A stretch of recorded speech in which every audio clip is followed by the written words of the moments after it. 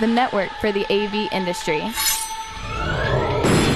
What are you listening to? This is AV. This is AVNation. This is AVNation. This is AVWeek, episode 111, recorded Friday, October 4th, 2013. Crestron Software Bazaar. Ready. AVWeek. Performing. Scan. Week. Online. This is AVWeek.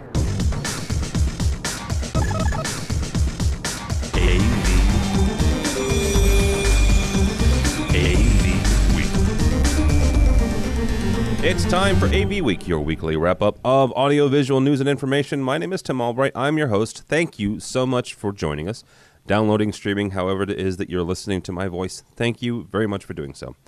With us this week, this is our CEDIA show. This is our annual CEDIA recap show 1 week ago in beautiful downtown Denver, Colorado. The folks from CEDIA got together from various publications, various manufacturers, and various integrators from around the country. Converged on Denver, and I have 4 of those very people here, and they're also some of the CEDIA tweeps, so I feel very privileged for that. First up is Matt D. Scott. He is the owner and everything at Omega Audio Video. How are you, sir? I'm great. How are you? Doing well. Doing well. Also is Rich Fregosa from FregosaDesign.com. How are you, brother? Left Coast greetings. Good to see you all. I'll hear you all, and I actually got to see many of you, so it's good times. Yeah, Rich is one of those guys. I've known Rich for 2 years, and I consider him like a weird brother, and I've still never met him in person. We call him the Godfather. He is the Godfather, actually. He's a lot shorter in person, though. That's because you're 7 foot tall, Matt. All right, moving on. Everyone's shorter in person. Yes, Steve Greenblatt's here. He's from Control Concepts. How are you, sir? I'm doing great. How about you? Doing well. And last but not least, Heather Sidorowicz. She is from Southtown Audio Video. How are you, madam? Hola, ¿cómo está? Bueno dias. Screw it, I'm not going to do it. ¿Dónde está la biblioteca de El Mar? No hablo español. Eventually, we will do a Spanish language one, and Rich, you can host that. How about that? Sounds good. Can I overdub? Yes, you can overdub in Canadian. Canadian, perfect. Yeah. By the way, hockey started this week, and the Cardinals are in the playoffs, and the Bears are only 3-1, so it's a good time. We're going to talk about a bunch of CEDIA stuff, some residential stuff, and I think for the first time in the 2 years we've been doing this, we're going to recap a story we did last week because apparently it was all the buzz on the floor of CEDIA. So stay tuned for that. First up, though, from our buddies over at CE Pro, which I don't know, 1 or 2 or 3 of you guys write for at least one of the EH publications. CEDIA Expo attendance is up 6%. Yay! Up to 17,900. Rich, we'll kick it off with you. Is this first of all, did it feel like it was up? Yeah, I'm pretty sure that with it being single-digit gain, yeah, it felt like it. I think one of the things that I noticed is that although it's definitely not at the high point of where we were, there was a lot of kind of concerted effort being put out by the people that were attending and the people and the vendors there. One of the things that I noticed is it wasn't jam-packed. It didn't feel like the aisles were shoulder to shoulder. But one of the upsides that I saw from it is it seemed that everybody that was there to do business, and the people that were there to do business had time in the booth. They were getting face time instead of being, 40 deep and kind of looking and going, oh, forget it, I'm just going to go move on. So, like CES. Like CES, yeah. And was it as huge as some of the like Infocom or something like that? No, I think what's happening is we're getting to become more of a refined show, and I was surprised to see that it was 6% because with it moving back to the West Coast, my first thought was, well, how many of the East Coast dealers are going to make their way out? Much like when it's on the East Coast, how many West Coast dealers make their way out? So it was a nice surprise to see that, and definitely class attendance was up. That was the one big thing that I noticed is that they restructured their class schedules and just their course offerings, and they were a lot more heavily populated. You weren't getting, all of these different courses that maybe they had 2 or 3 people in. Every class that I walked in and took a peek on was pretty well populated. Now, you mentioned the East Coast West Coast thing, and with Infocom, I get that because one year it's in Orlando, which is as East Coast almost as you can get. Save maybe Daytona Beach. The opposite year it's in Las Vegas, not quite to the Pacific Ocean, but darn near. CEDIA to me though, and correct me if I'm wrong, feels a little bit more Midwestern-y because when it's East Coast-ish, it's Indianapolis, and when it's West Coast-ish, it's actually Denver, which is more mountain time. Do you think that helps, or is that just kind of the nature of how they work things out? I think it's the nature of how it worked out, because keep in mind, we've done Minneapolis, we had Atlanta, we had New Orleans, we had San Francisco, Dallas for many, many years. And in the very beginning, what is the CEDIA show now started out as the custom manufacturers all together in the Mirage during CES. So, that evolution of it, I think that maybe they do try to stay a little bit more central. I mean, in Indianapolis made sense a lot of times because that's where CEDIA was headquartered. And I think at that point they've been trying to find kind of their groove in terms of the other cities where, like we were just saying, it's like where a West Coast dealer doesn't think it's too far or an East Coast dealer doesn't think it's too far. And the size of the show, I mean, it's not a CES, so it's not like we have to put it in a gigantic venue. If we can get it in a large venue, it changes some of the options available in terms of the cities there. And, I love Denver, so I was pretty happy. But I can't say that, really any of the cities that it's been in, I've had a bad time in. Go figure that Uncle Richie can find mayhem in any city he shows up in. Uncle Richie can have fun in St. Louis, so that's saying something right there. Heather, what was your experience like this year at CEDIA? I thought it was good. I felt like I wanted to just keep saying, like, we're back, baby. I think that there was a good vibe going on. Everyone that I spoke to in class and out of class seemed that, it was a good vibe. People were positive. It wasn't gloom and doom. Everything was on the up and up. I think almost 18,000 people. It was a good size. It's a nice show to go to. And I agree with Rich that it's nice to go and talk to. When I was visiting at Lona, I was talking to the engineer who was actually making the stuff. I love that about CEDIA, and that's the only place you can get that. CES, you're vying for attention. You're begging someone, if you can even get through. There's so many people. I would definitely say it was positive. The education stuff is fantastic. I love to see that people, I always think that's the best kept secret, that people aren't doing classes, but to hear it was up 50% was fantastic. It's good that we're committing to our industry. Yeah. Steve, this is not your first or second time at CEDIA. Compare it to years past. Obviously, it's not just CEDIA, but CEDIA and Infocom and other trade shows have had a little bit of a downturn. And this was a big year for a lot of trade shows, CEDIA included, where it seems like at least the genesis, the seeds of industry and the seeds of building and renovation are coming back in the fact that the business people, the people who are actually doing these things, the programmers and the manufacturers are seeing it happen. And so the integrators are coming back to shows. So compare it to other years in past. Sure, I agree with what Heather just said, and I think that the vibe was really good, and I think it followed suit with what Infocom really tried to portray in terms of re-energized, back to normal type of a feel.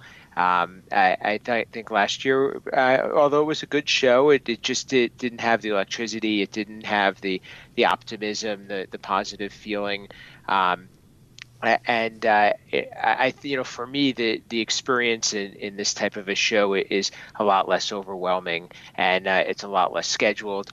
Also because it's not necessarily my primary market, but I enjoy going to this show because I can walk the floor and take it all in, and you don't feel like you're so rushed and so scheduled, and you do have the ability to stop and have a conversation and really get to take it all in. So I enjoy it for that reason, and I do also, like Heather said, get to be a lot more recognized in the booths and be able to have lengthier conversations with manufacturers. They're not so their time is not already accounted for to not permit walk-ins, if you know what I'm talking about. Well, is that because of kind of the intimacy of the show itself? Because you're right, both Infocom and CES and other shows like that, ISC obviously, where there's a lot of people. The press of people, like Heather mentioned, sometimes you're 10, 20 back. Is it just kind of the nature of the show itself? It's just a little bit more loose?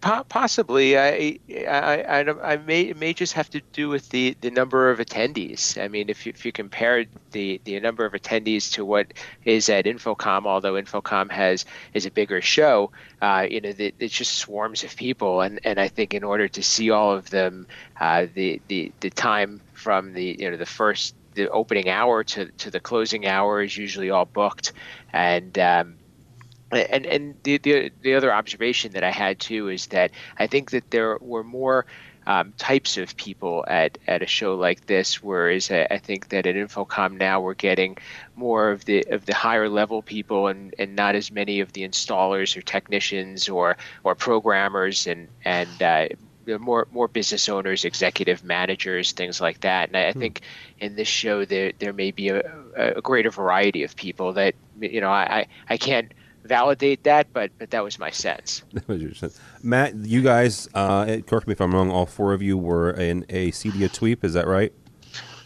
Everyone but Steve. Everyone but Steve. Yeah, I'm he sorry, wimped out on Steve. us this year. I didn't know you were allowed to do it 2 years in a row. Come on. I was going to say, know. Isn't Siaka like 10 years in a row now? Yeah, pretty much. Since the internet was invented, yes, Siaka has showed been a up at tweet. everything. I was there in the without audience, We're though. doing it together. So explain for people who aren't familiar, and that, by the way, that would be John Siaka, the world's most prolific AV blogger, I think. I'll be so excited to be mentioned. Oh, John doesn't listen to this. That's why He's never going to get his head through the door. No. Explain to people what a CEDIA tweep is. Well, CEDIA tweeps are the group of integrators and installers and reps and non-CEDIA employees who kind of band together as an official CEDIA team, if you will, to help promote the industry, promote the show, and also kind of compete for bragging rights for the most part on who is the best social media props. And the whole concept is really just to keep talking about the show, keep encouraging other people in the industry to come to the show and to experience it and how to get the most out of the show, because it's like anything. When you have just one voice talking about it, sometimes either A, you're going to miss it, or B, it's going to be overwhelming. So the concept of the CEDIA tweeps is to use some of us within the industry to help promote again, the show and attending the show and different parts about the show. So what was your sense of the show? Was it a lot more, not user-friendly, but a little bit more loose, but also did you have enough time to go from booth to booth and time with the people that you wanted? I never seem to have enough time, no matter how long I go to any of these shows. I always feel I could have stayed an extra day, or they could have ran the show longer. Just because, again, I love going to these shows. I love being able to see people, talk to people, network with people. And then, of course, there's all the products and toys, if you will, that we get to play with, which is always fun. So, for me, I was there for, I think, 3 days, and I could have been there 4. Especially with your plan, Matt. I mean, you were minute to minute. You had that plan. I know. Heather gives me a plan? hard time. No, Heather gives me a really hard time because if you've ever seen her schedule for a trade show, it's less of a schedule and more of a whole boatload of numbers and names and appointments and junk all over the place, overlapping at times. Yeah, maybe a little OCD, just a little bit. Whereas myself, my schedule is, as much as possible, a nice, clean, blank piece of paper. And I make as few appointments as possible, just because I don't like appointments. So but you personally are a lot more loosey-goosey. Than Heather? Yeah, definitely. Wait a second. She's very high-strung. Well, no, he's more loosey-goosey than I am, too, because I'm a little high-strung myself. This is, I've been doing shows for years, and it sounds bad, but the first shows that I used to attend were always NAB, which are just gigantic shows, and they put Infocom and CEDIA kind of into like a little back corner, size-wise. And when I first did those shows, I had the crazy schedule, and I was running at the Las Vegas Convention Center, from Hall A to Hall E, with 10 minutes to spare, and never being able to make it, and just having a much more stressful event. So when I started going to Infocom and CEDIA, I've just slowly been scheduling less and less and less, because I'm to the point where the reps I really want to talk to, they're going to make time for me no matter when I show up. And two, if I have to have an actual sit down, close the door, let's have a meeting, that's fine. But I try not to do that as much as possible, mainly because honestly I don't need it. I don't need the closed door sit down meeting, because I'm never really complaining about that much. No one's taking me in a room and close the door either. I would hope not. That's a good thing. Matt treats trade shows like I do. It's kind of freeform jazz. I'm just hitting with trumpet notes. I mean, I literally spent the first day just walking around. I purposely, for that reason, just to take in the show and get a feel for it.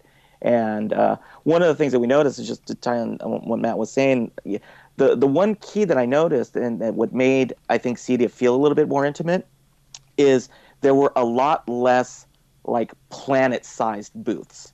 There was a couple, but generally the show itself, almost all of the vendors had relatively the same sized booths. So it allowed for that feeling of intimacy, as opposed to like CES or some of the other shows. You're almost in a different zip code by the time you get to the other side of the booth.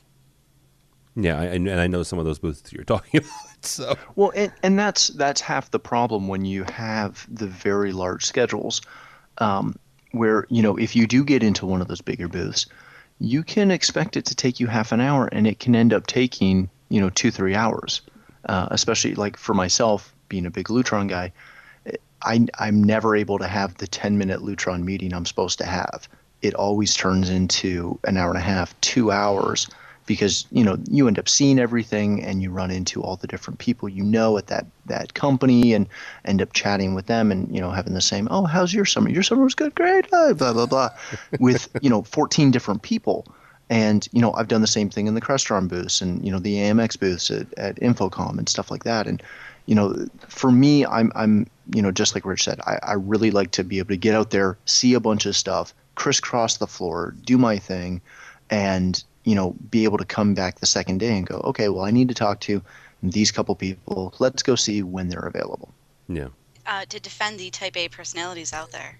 I bit off a lot this year. I had overcommitted. I know, right? Really? Really? You overcommitted? I overcommitted. I saw your schedule. Writing for residential understatement. systems for a website called New Home Source. I had agreed to help volunteer.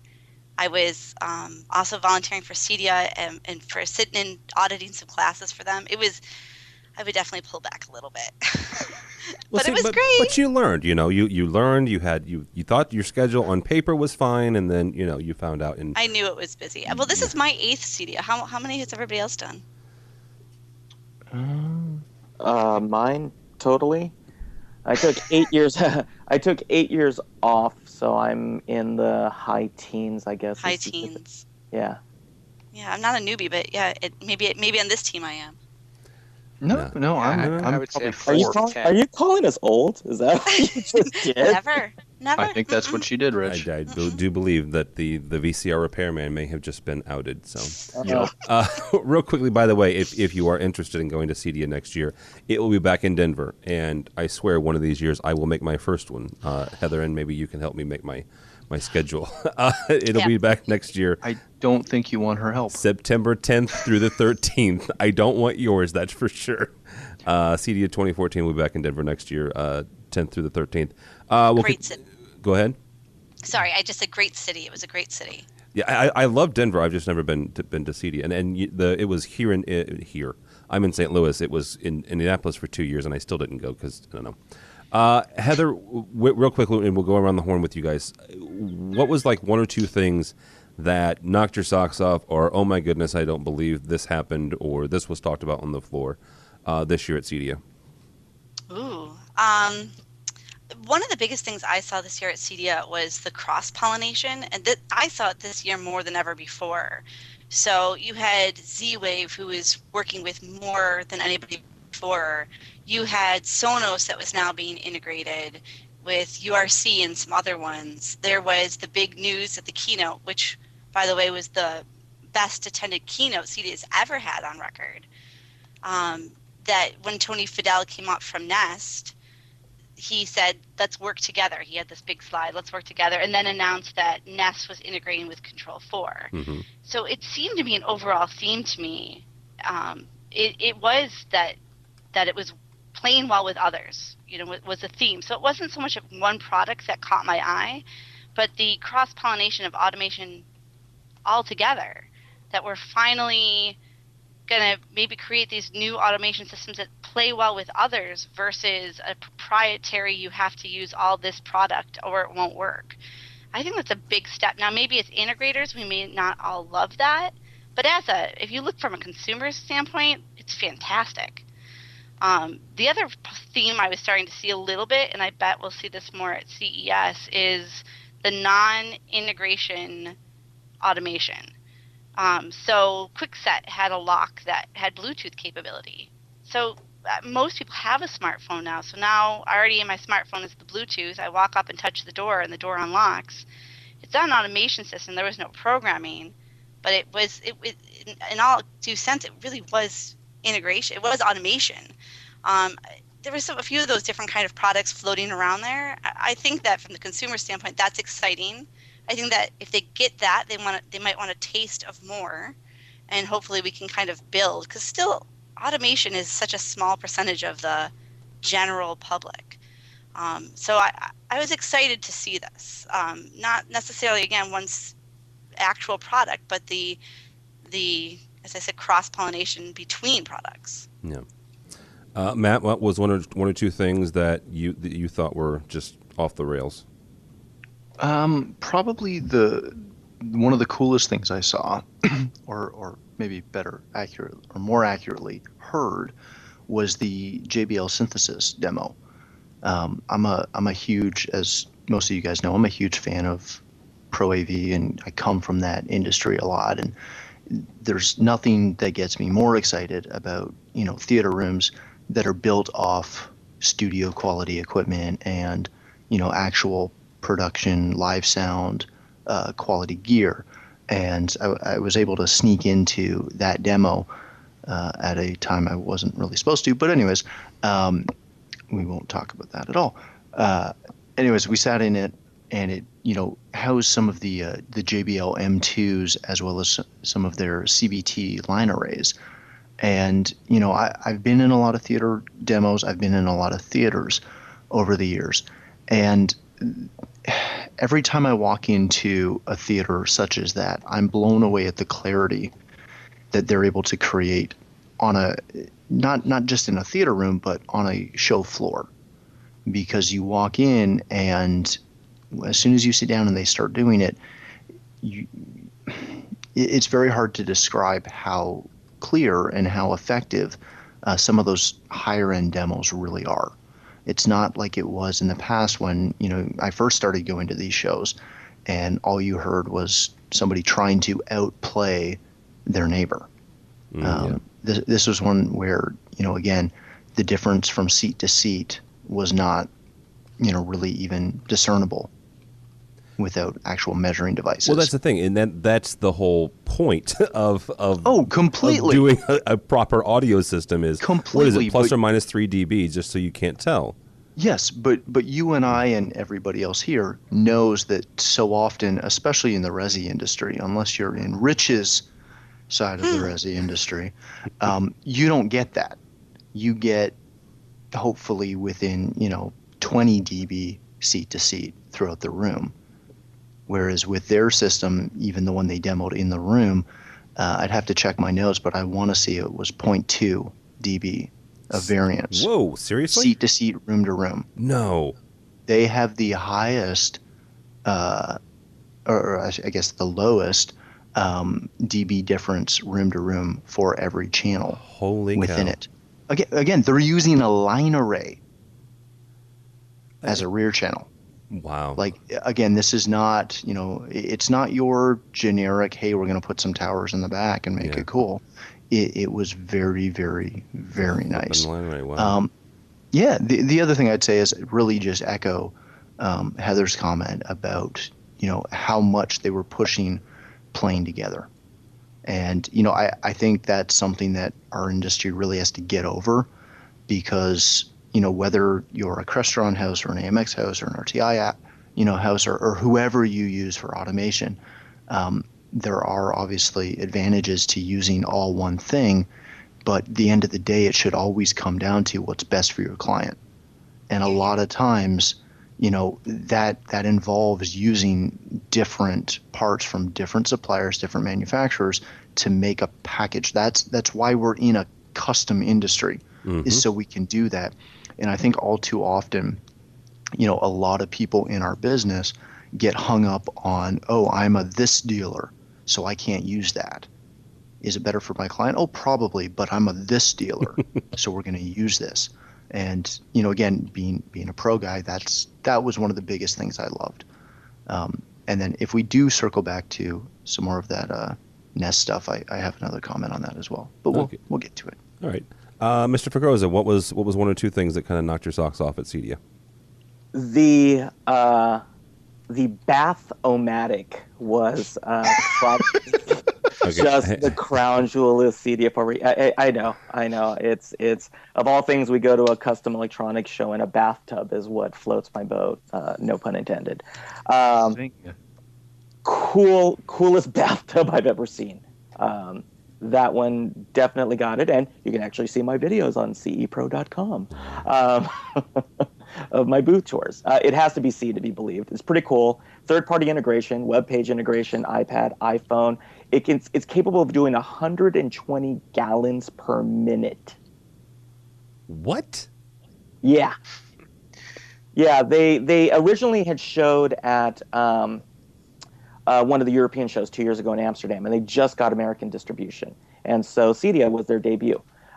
Shower controls with aromatherapy and chromotherapy. The bathtub completely regulates itself to whatever level that you want, temperatures, you name it. Beautiful keypads. I mean, it is the Rolls Royce of bathrooms. That was the winner for me. And then along with the JBL, actually, I thought the audio demo of the show was Wisdom Audio, who's also using line driver arrays and was stunning. Working in conjunction with Datasat for their processor and Runco for the video. Just exceptionally well done. And then Steinway Lingdorf, who was the kind of the crown jewel of last year's audio demo, actually demoed this year their smaller version, which came in at a paltry $70,000, as opposed to a shade over $400,000 for their larger system, and sounded very good. I was actually really impressed in terms of a full system that they were offering at that price. Those two were the things that stuck out. I mean, the usuals that were there. I mean, Crestron had some nice stuff. The Samsung app, I think, is the direction that we're going to be seeing things going along. I don't know, Rich. I keep trying to use the maid service on that app, and no one's coming. Jeez, nice. You need a better programmer. And Rich could do it for you. And again, it was. I think we've talked about it before. Is that for the show for me these days is not about anything revolutionary coming out anymore. It's all evolutionary.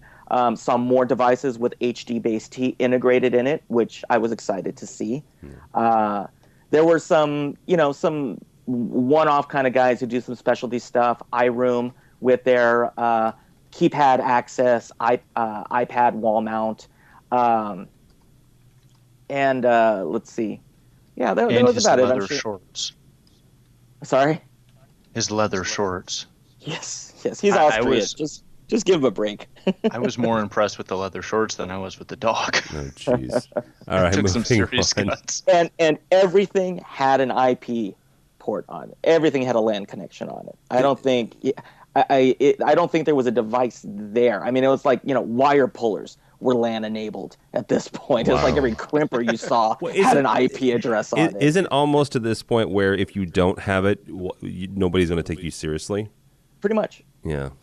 Pretty much at this point. Granted, their protocol may not really work all that well, but at least they've got or it could be like the old Sanyos, who, for a security reason, knocks you off the IP network. Right. I don't know if anybody experienced that, but when Sanyo was in business, the projector would knock you off the LAN just because of security or something.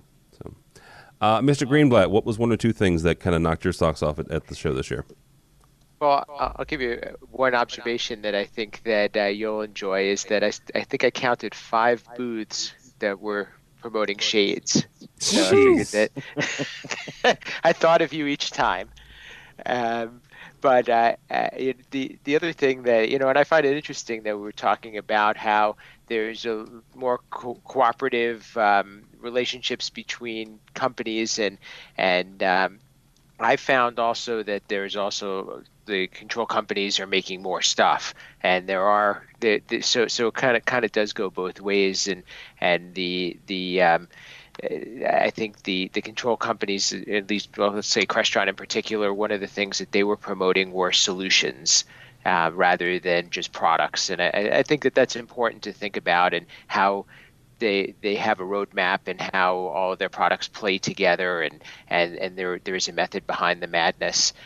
For me, going to shows is about seeing the people, though, so that's what's most important to me, and it's good that I was able to do that and see everybody on this show, and I think that just having those conversations and hearing what everybody's up to and talking about common challenges is really what I get out of it. So and the last thing is the Crestron application market, which I know we'll have a chat about, but that was something that was important and I thought was big news. So.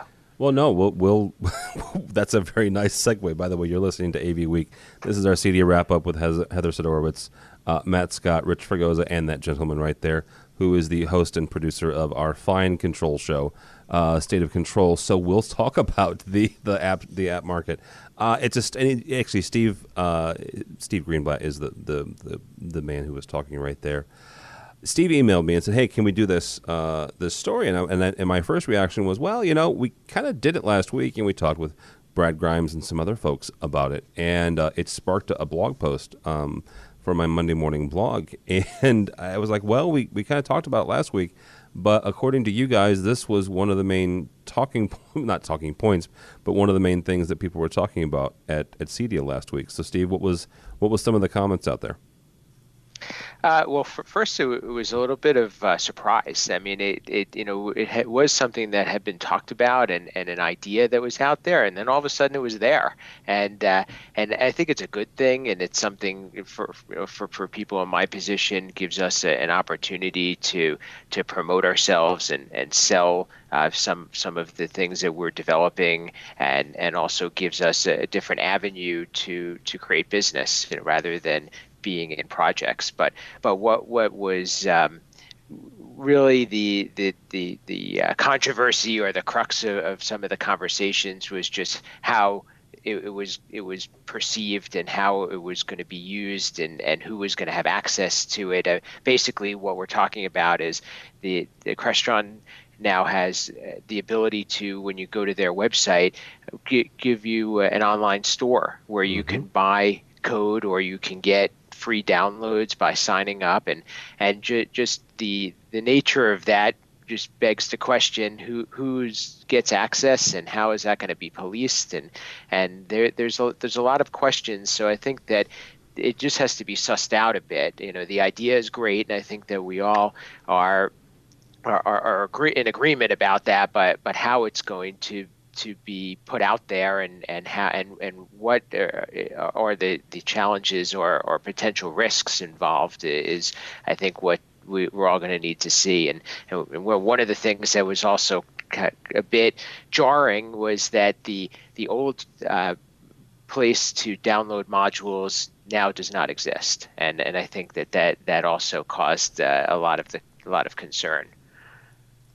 Uncle Richie, what is your take on the newfangled application market by Crestron? Well, every once in a while, I think even the most seasoned companies will take a ready, fire, aim approach. And I think that the concept behind it was great in terms of it opening it up. I think the execution right now is a little flawed. And I'm sure that they will correct it in time.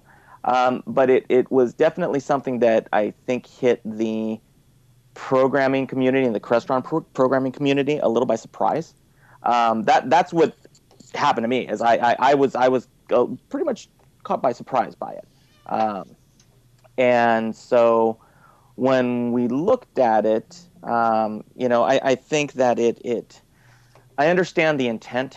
And like I said, I think the execution could have gone a little better at this point. And I hope that they can find ways to make it work a little bit more efficiently for the programming community and the dealers that they're servicing. Because right now we're kind of stuck in it's kind of a tweener right now.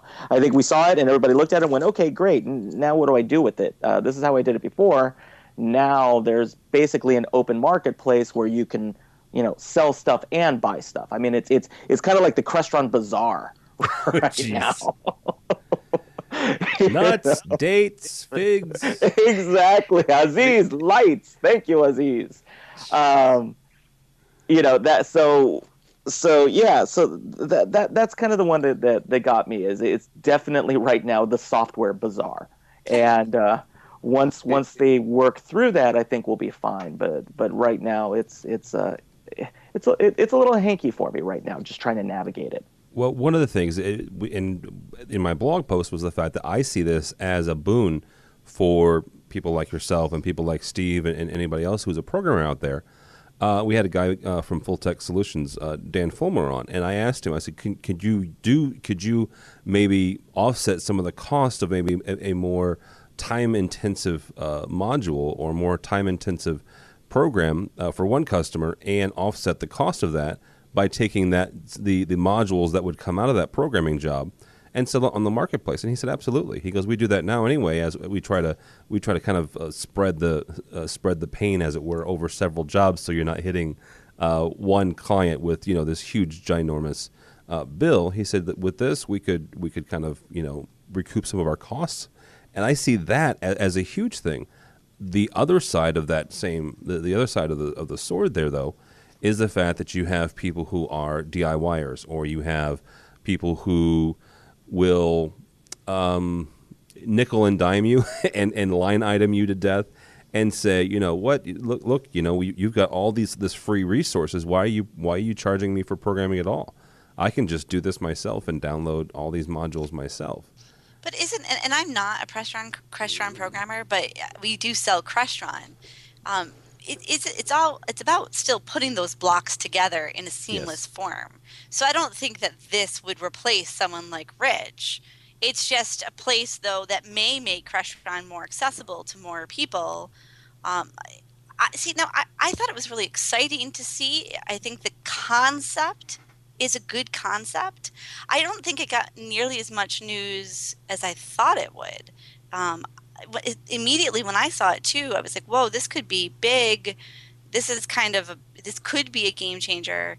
And then really, if you kind of Google around, I was doing it the other night while I was putting together my blog post. It didn't get as much press as I thought that it would. The concept, again, I think in concept, and we were talking a little bit before, we talked a little bit about it there, that, maybe it definitely still has some hiccups, but it could be a very good thing to the industry, again, not specifically and myopically to us or necessarily, but overall, it could make Crestron a more accessible. Their number one complaint is people call up because there's bad programmers out there who didn't pay someone like Rich, and that they, I hate Crestron. If we could fix that in the industry, we know that they're probably one of the most, if not the most robust. They've been around for 40 years, but the problem is there's so many hacks out there. There's bad ones too, And if we could fix that, it would make, again, the industry stronger as a whole. No, Agree, disagree? No, I agree with that. Here's the thing, and I'm not. Yes, I agree with that. Period. End of sentence.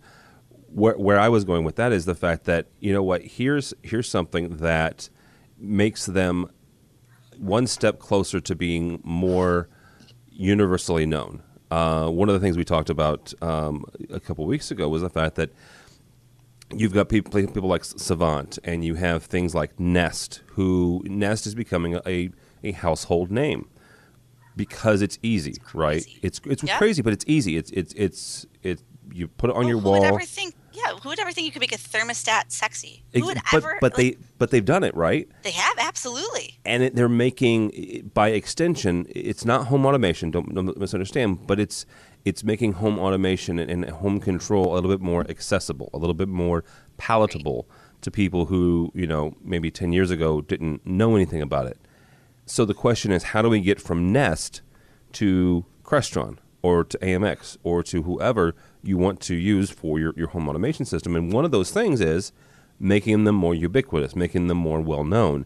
I think this App Store does that. I think this App Store makes it a little bit more accessible and a little bit more well-known to people who are not in the AV industry.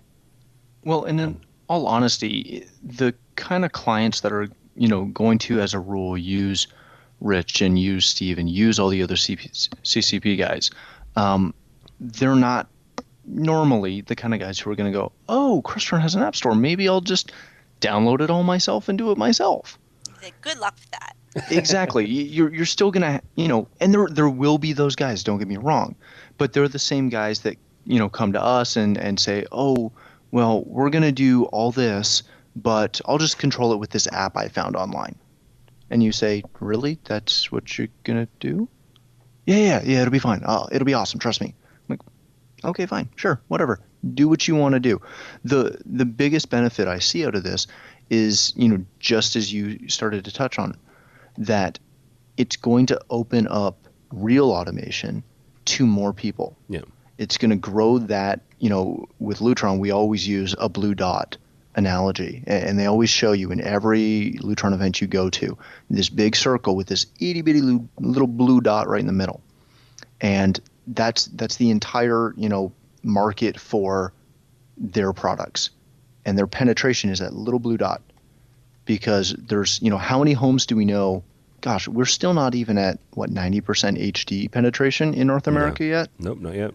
Like, when we start to look at these products and the core of what we do, it's still such a limited market. It's such a small market that, anything like this is good for the whole. When I remember when Lutron brought out their Sienna wireless honeycomb shades, and a bunch of the big shade dealers that I know were all up in arms because they were going to sell it through Home Depot and through, the same thing they do with, their Maestro dimmers. They're selling them in Home Depot, in Lowe's, in Ace or whatever you guys have down there. Ace is a thing. I know. We get commercials. I can't remember. There's some really old goofy star in it, but yeah, we get. That would be John Madden, but thanks for calling. That's the one. Yes. You don't get it on ESPN though. No, shut up. Wow. We've had Steve. Really? You're gonna play that card already? That's cold. That's because Canada doesn't get ESPN. Thanks, Tim, for reminding me. No, I was clarifying for anyone who was wondering. Right. Yes. But when they did that and they brought those shades to market, again, it was a stripped down version. They weren't system enabled. They were standalone, but it got people playing with it. So I think it was Savant did the same thing with their big boy automation, they called it. That's like $1,000 part. You can program it from a dealer or I think even by yourself, and it's a one room system. They should have called it the man cave if they're going to call it big boy automation. Yeah, but man cave's no longer an acceptable term. Have you not been keeping up? No, I missed that memo. Yeah. No. It came out 2 years ago. Is it sexist or something, or? I don't know. Designers decided it wasn't cool, so now the world thinks it's not cool. Yeah, Anyways, designers. But again, it's the principle of a rising tide is just going to raise every ship. Mm-hmm. So, I do understand where a lot of these big time Crestron programmers are coming from, But the bottom line is, if somebody starts with that from the marketplace, realizes they're over their head, then they can call you. And then you can sell them better stuff that's better suited for them. And it will really help. All it's going to do is help the industry, even if it's strictly because we get more notice and more people understand what it is we do. No, I would agree with that, and that was my whole thing. Is I think it's cool. I think it's good for programmers. It's good for integrators, and I think ultimately it's good for the industry. So, all right. If I could add one more yes, thing, sir. No, you can't. Your ESPN comment killed it. You're done. Jeez. What it is doing is it's helping us help each other. And I think that's really where Crestron is going with it. There are a lot of people out there that do a lot of great things, and it gives you opportunity for more exposure. And as one of my colleagues said, sometimes you're programming at night, and you really need that one piece of code or one interface module that's going to get you over the hump. And it's a lot quicker for you to buy something for a few $100s or even $1,000 than spend the time to develop it.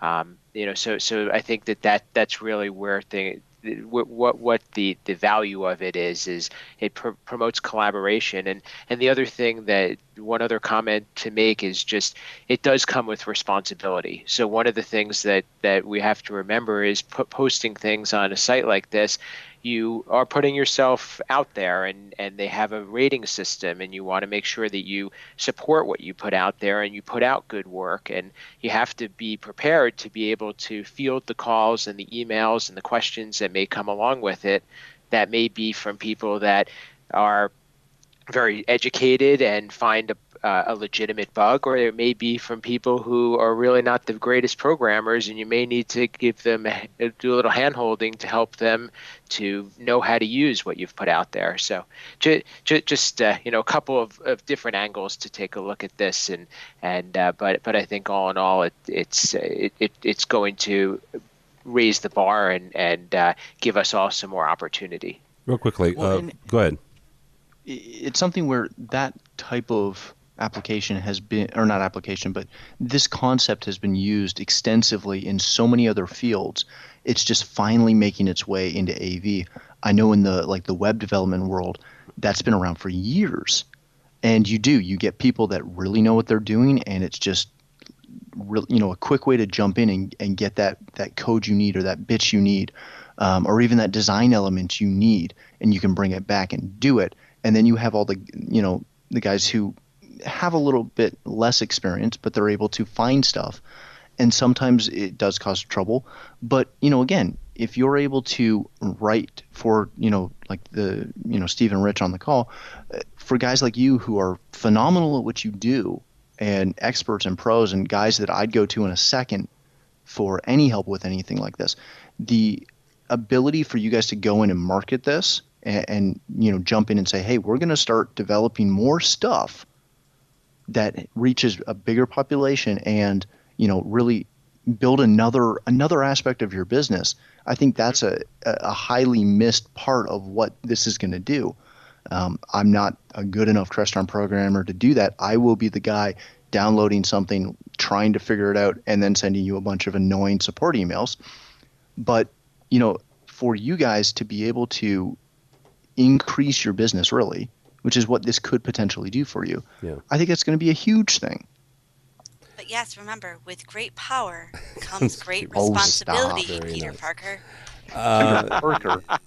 How did that become a Peter Parker reference? That's a total Peter Parker reference. No, I know it is a Peter Parker reference. I'm minorly. Do they not have comic books in Canada either? Nope. Okay. Steve, real quick, or Steve or Rich, either one. Dudley Do-Right, my friend. Dudley Do-Right. I was a big fan of Dudley Do-Right. I had a crush on Nell. Steve or Rich, either one. Are you guys would you write, or have you planned on writing, or even talk to your people about writing modules or anything like that to put up on the marketplace? Oh yeah, I mean, I think there's absolutely, again, like I said, it's the concept is a good concept. I've had no issues with the concept. A lot of CSPs now sell their modules on their own sites, which is a headache. Just because of the payment processing and updates and everything else that goes on. So, I mean, I understand of them being able to have a kind of a repository that people can look for you and you can send updates. And so, does it allow for software developers and people who are maybe doing a little bit more sophisticated programming to create, a revenue stream and offset some of our costs and help the industry and, give new programmers exposure even to our companies. Yeah, it's definitely something that is now on my roadmap. It just, it's a matter of targeting appropriately to the dealers who are going to benefit the most from what we're doing. And that's really where I'm looking at it. That makes sense. It's actually been part of our business for a couple of years now, where we've been working with manufacturers. So we actually have stuff before I even knew that the market existed. They had put our stuff up there because we weren't charging for it. We were being paid by manufacturers to do development. So very cool. We do have stuff. But another thing that we've done too is you can write something small perhaps and put it up there just for marketing purposes, just to get your name out there. Just another thought. Not a bad idea. And yeah. All right. Moving on from Crestron, from the BBC, Toshiba is cutting their TV unit in half. Rich, is this just a sign of things to come when it comes to the commoditization of displays? The fact that Toshiba's, feeling the pinch here? Welcome to the new industry. Oh yeah, it's again we're just going to see more consolidation at this point. The margins aren't there, and it's this constant escalating arms race that occurred, and they did it to themselves. I mean, let's not necessarily shed a tear at this point. I mean, obviously the people who are employed. My thoughts go out to them. But in terms of the manufacturers and the executive decisions that were made a couple of years ago, they created this on themselves, and then they went, okay, well, we'll try 3D, which we all love. And we saw how that, re-energized the display market. And now, we've got 4K and 8K, or God knows we're going to get 20K. I mean, it's just we won't get 20K. It's not a derivative of 8. So I think what we're going to wind up getting is they're just going to go for like a Google K. Yeah, that's it. This is just constantly expanding. Toshiba was hoping to catch up to the Samsungs and the Sonys and the Panasonics of the world, and they're all starting to drop off. So I'm not surprised by it at all. I mean, we've seen it coming for a while, and these last gasps to keep trying to push, the 4K, the 8K, the OLED technology to kind of create a premier price point to recapture some of their profits. It might just be too little, too late, and Toshiba is going to be one of probably some more. We're going to be hearing more about this in the next 12 to 18 months. Wow. Matt, is this where do we go from here? Like Rich said, there's going to be some more coming down the line. Somebody has to make money doing this somewhere, because otherwise we just won't have displays. So how do these manufacturers make ends meet while maintaining a decently high quality that we expect? Well, I think you're going to end up with manufacturers like really Samsung and Panasonic, who in all honesty really are the two main big boys anymore. Sony's still there, but I don't think they move the same numbers. But with Samsung's current spat of display products, their lower end 50% of their line makes them almost nothing. It's their couple high-end models that actually demand a higher price point, and in turn a larger margin that floats the entire business.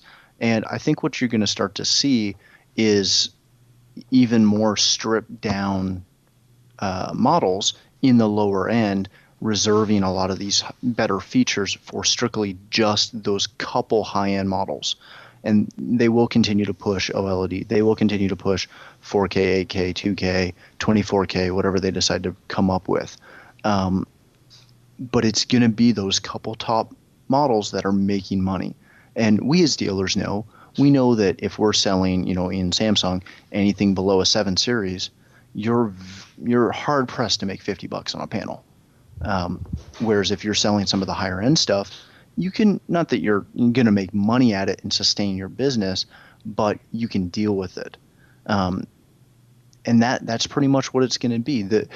And as we've seen, displays have moved from, even in the couple of 6 to 8 years we've been doing residential, displays have moved where they were the focal point of the system and where most of your content came from, to a point where it's all set-top boxes. It's all Rokus and Apple TVs, and even a couple Blu-ray players are still around. This 4K evolution, depending on how much it manifests, they're still not going to be able to send that direct to a TV. You're still going to need a player, and that's where all this stuff is going to go. I just figured out how they're going to save this entire model. Toshiba is just going to rebrand these as non-capacitive tablets. Ooh! Wow. Well, and if they use, it's going to be the Gigantopad. Yes, you have a 42-inch tablet that you carry with you that you can't touch, but still, it's a tablet. It's a tablet, and if they use the new, Omni Mount / Ergotron action mounts, they could pull it down from the wall, set it up as like a virtual ping pong table, get their Wii's going. It'll be a party. We've solved it. We fixed it. You guys are just mean. I'm gonna call. Right. Hold on, I've got Toshiba. I'm gonna call them right now. We'll make it happen. You do that. All right. But in all honesty, we saw this coming. Like, I don't know what you guys got in Canada, or sorry, in the U.S. But here in Canada, Toshiba this year, above 50 inches, they had one model. One. How often do we sell anything under a 42? Yeah, that's true. The bigger is like everything's gone big, and Toshiba shipped one model, and I think in the States you guys had two. Yeah, we don't do a lot of Toshiba. Well, and maybe that's the. Are you speaking for the entire country? Maybe that's. Well, no, she is. I mean, that's the thing is. For America. For America. Ladies and gentlemen, our spokesperson, because of the shutdown, is Heather Sidorowitz. All right, moving. Last story here, and we'll let you guys get out of here. Kaleidescape. This is from CE Pro. Kaleidescape is adding 2,000 more titles to their download, and this story just continues to just amaze me. Still, for $7, you can download HD titles on your Kaleidescape. Steve, how big of a deal is this? The fact that Kaleidescape is, it seems to me at least, is going after.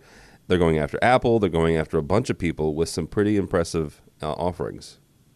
Yeah, I think it's very legitimate. I first thought of Apple, and I mean the fact that with Apple, it's kind of parallels the Apple TV model. That but I mean for $7, that's pretty good. Mm-hmm. I guess what it does is it what they're trying to do probably is offset the investment in their equipment. So this gives you maybe some motivation and some added benefit for laying out the big bucks to get their device, and here's some of the extra motivation you have, and how they're able to do it at that price, I don't know. But I was going to say that's good. Go ahead, Heather. That's good motivation, though. They're not allowing the download for $7. Viewers will have the opportunity to upgrade their existing Lionsgate DVD titles to HD downloads for about $7 each. So you already have to own that movie, and they'll allow you. I saw this at the show and you can upgrade that movie to high def. Well, and again, it's only Lionsgate. Right, okay, but it's you're not getting the in addition to the library that they have, and yes. So again, the concept behind it, and again, and I'm an unabashed Kaleidescape fan. I use it in my house. Everybody knows it. My toddler can use the Kaleidescape system. Now you sound like John. Yeah, it's true, and it's designed for the way normal people think. That's simple. It's not dependent upon having a good or bad internet connection after you've downloaded it. Because again, the concept becomes like with anything is that for some people you still do want a quality experience. Mm-hmm. Love Apple TV, love Roku, love Chromecast. Have all of them. They are convenience items when I want something now, and if the kids want to consume it now and absolutely have to have it. It is not, for me, a performance device. It's enough, it's kind of like the Panda Express of video streaming. It'll fill my tummy. And the Kaleidescape sets a different standard. And it's the same sale that integrators make in the first place. Why do you want better speakers? Why do you want a better display? This is the source point to the chain. Otherwise, my feeling is if you're not looking at this as a legitimate choice, then you really should be focusing on selling Vizio TVs and whatever bargain basement speaker you have, because you're feeding it junk anyway. But Rich, I agree. It's beautiful, but what if I don't want to own it? What if I only watch a movie once and I never watch it again? Then you use you order from your little fast food video menu. And so now I have to be Panda Express. Yes. Is there an organic version? No, you don't order off menu. You end up going to, your provider and you rent it from Cablevision or Time Warner or Voodoo, right? Verizon. Voodoo's high def. Well, yeah, and there's nothing. Canada, we and don't there's have nothing. that. You don't have anything. There's nothing wrong with Voodoo. Why is he on the show? I don't know, because I like him and he's my friend and he makes my website. So, and he has better hair than I do. Here's the thing, though. There is a use case for going to Cox or going to Charter or whoever your cable provider is. Matt's right, and watching it just to see if you like it, just to see if you want to see it. But there's also a use case for owning a movie. There's a use case for owning at least 4 of the 6 Star Wars movies. There's a use case for owning the entire. The only movies I actually own are Star Wars. Well, see, and I'm one of those guys who I still buy Blu-rays. I like jewel cases, exactly. I still buy CDs. But do you think that you're not the average consumer? No, I'm not. Does the average person, does our mass market purchase these things? No, our mass market watches. Hold on. Let me jump on this, Rich, for 1 sec. Our mass market watches Netflix and thinks it's great because half the time they're watching it on their phone in bed or on a tablet as they're supposed to be watching the kids who are watching Disney Channel on TV and they're watching Game of Thrones on HBO Go. But again, how often are we selling to that mass market? I know myself, I don't. I sell to the guys who want the better experience, who want the dedicated listening room, who want the dedicated, entertaining room or theater room or whatever you're going to call it or whatever the designer's going to let us call it. That's who we as custom integrators, as a rule, sell to. Go ahead, Rich. Again, we're talking, the purpose of this show is about the custom installation market, about specialists, about people who take, the brick and mortar store or the Amazon concept or the do-it-yourself concept and say, there is something better if this is of value to you. If high-performance video and audio is of value to you, then this is the product that gives you what you need without having to deal with physical media. If you are looking for just good enough from your cable provider, from your satellite provider, from your streaming solution, that's fine. They are not replacements. They are adjuncts. Mm-hmm. They complement one another. And that's really the whole point behind this process, which is, again, we got Apple TV. We throw it on tablets. We throw it on the mobile devices. It's fantastic for us when we want. It's a bear to have to manage a collection on Apple TV once you get up over a couple of hundred movies. You're cursoring over. You're cursoring over. You're doing this, and then it kind of reschedules it all. The Kaleidescape, the phrase that's always used with them is the Kaleidescape experience. It is an experience. You are purchasing part of that experience. And while they're doing is they're saying, look, we understand the physical media is changing. We all agree to that. They're just the first ones to say, not only are we giving you the ability to use physical media, but we see that the future ahead is going to be a diskless world. We are right now at the forefront, on the bleeding edge of giving you all the benefits of disk without having to go to the store to get it. Yeah. Now, that may apply to some, that may not apply to others. but they're out there doing it. And they're doing it for the early adopters, and there's a cost associated with it. And I don't think anyone's fighting the fact that they do have the best GUI out there. I don't think that anyone's not saying, that anyone's saying against that. I'm just saying not everybody wants to actually own the physical disc, although we are going now discless. I think that we have to not say that after any drinks. We have to make sure of that. But I think there are users out there who don't necessarily want to own it.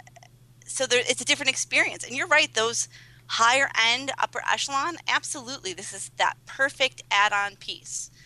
I'm just saying maybe a little bit larger of that market is someone who may want a great experience, who doesn't necessarily want to own it, who may still want it in high definition. Who gives their money to Apple and not you? Well, when they're renting from the Kaleidescape store, I'm not getting residual from that, am I? If you are a Kaleidescape dealer, you've at least generated the inroad. The original. Yes. Yeah. Instead of making $100 off, or instead of making nothing. No, you don't make anything. Zero. Off the Apple TV. So yeah. Zero, but it's a solution piece that people don't know about. And that's what the difference is. We're talking more mass market versus a higher end market. Yeah. I say hurrah! More movies makes me happier. You're here. I say hurrah too. I just have to save up my nickels and dimes from my paper route to afford a Kaleidescape. So, all right. The new Cinema One, hey, coming soon. I applaud the effort by them. And real quickly, if you don't know what the Cinema One is, it is their stripped a smaller version at a more affordable price for Kaleidescape. What was it? $2,000. $39.95. So $4,000. Still a far cry from what a normal Kaleidescape would cost you at roughly $20-25. Rich, you can starting at this. We got into the entry level point of about $12,000. So I mean, we've literally dropped a significant. Okay, so you could drop. you could get in for 12 or 15. Correct. Twice of what my car cost. All right, so here we go. Thank you guys for joining us. This has been AV Week. That gentleman right there. Who I'm not even authorized to carry his bags. His name is Uncle Richie, Rich Fregosa. He writes for CE Pro, but more importantly, he is the world's greatest digital concierge. You can find him at fregosadesign.com. Thanks so much for joining us, sir. Always happy to be on. Always happy. And hey, look, Uncle Richie lost his marbles. It's been a while. It's always a fun trip. It always is. Did I bring that out on you? I'm sorry. No, it's the California air. How can people find you, sir? Yeah, you can find me at fregosadesign.com. You can read about my booth tours and the blogs that I performed over at cepro.com. And you can also find me on the interwebs with all the other social media mavens that are on with me today. Twitter at rfregosa. Facebook, Google+. Pretty much just type in my name and invariably stuff I spew shows up. Very good. Also with us has been Heather Sidorowicz. She's from Southtown Audio Video. Thank you, ma'am. No problem. Happy to be here, always. And how can people find you? I write for residential systems, so you can find me there. I also write for a direct-to-consumer site called New Home Source, which is a newer endeavor. My website for the company, southtownav.com. Twitter is tech_chi, C-H-I. That's kind of my alter ego. No one knew me necessarily at CEDIA till I said, Tech Chi. Oh! It's my alter ego. And yeah, same thing with Rich. Type in my name over at Google Plus or LinkedIn and you'll find me. Yep. Also with us has been Mr. Steve Greenblatt. He is from Control Concepts. How can people get a hold of you, sir? Website is controlconcepts.net and do the social media thing at Steve Greenblatt. Very good. And last but not least, my favorite Canadian. His name is Matt Scott. Thank you so much, sir. No problem. Thanks for having me. And how can people find you? I'm pretty easy to find as well. Matt D. Scott. Under a rock. Wow. I only pick on you because I love you. Yeah, sure. I'm glad she doesn't love me. That was your last dinner invite, my friend. You were cut out. Well, if they're all going to be at 9 or 10 p.m., I'll never make it. That's anyway. when he eats. Well, that's when grown-ups eat. Wow. So, Touché. Whenever. And either way, no problem. I can be found online fairly easily at mattdscott.com, on Twitter at mattdscott, on Facebook, Google+, the whole kit, Matt D. Scott, or at omegaAudioVideo.com, and the same for social. I'm pretty easily found on both of those, or under both of those, I should say. Very good. If you want to, don't follow me. Come to the website if you would, please. Matt has spent follow Tim. He's awesome. As he spent an awful lot of time on it. He's still spending an awful lot of time on it. It's still under construction, so don't freak out. He's doing a very good job. So AVNation.tv. AVNation.tv, you'll find this podcast, the Control Show podcast. We have an education one, social media, and all sorts of other stuff. So yeah, check us out, AVNation.tv. Thanks so much for listening. That's all the time we have for AV Week.